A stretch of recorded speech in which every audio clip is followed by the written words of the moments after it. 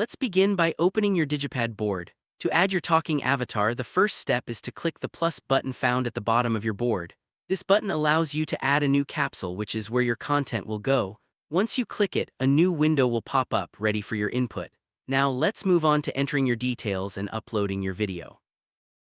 After clicking the plus button, a new window appears. Here you'll need to enter your name and country in the title field. This helps organize your content and makes it easy to identify later. Next, click on the Add a File button. This is where you'll select your talking avatar video from your computer. Once you've chosen your file, the system will begin uploading it. Let's see how your video appears in the next step. Once your video is uploaded, you'll see it appear in the window. This preview lets you double-check that you've selected the correct file. If everything looks good, you're almost done. The next step is to click on the Validate button. After a short moment, your talking avatar video will show up directly on your Digipad board ready for use. Now your talking avatar is live and can be shared or presented as needed.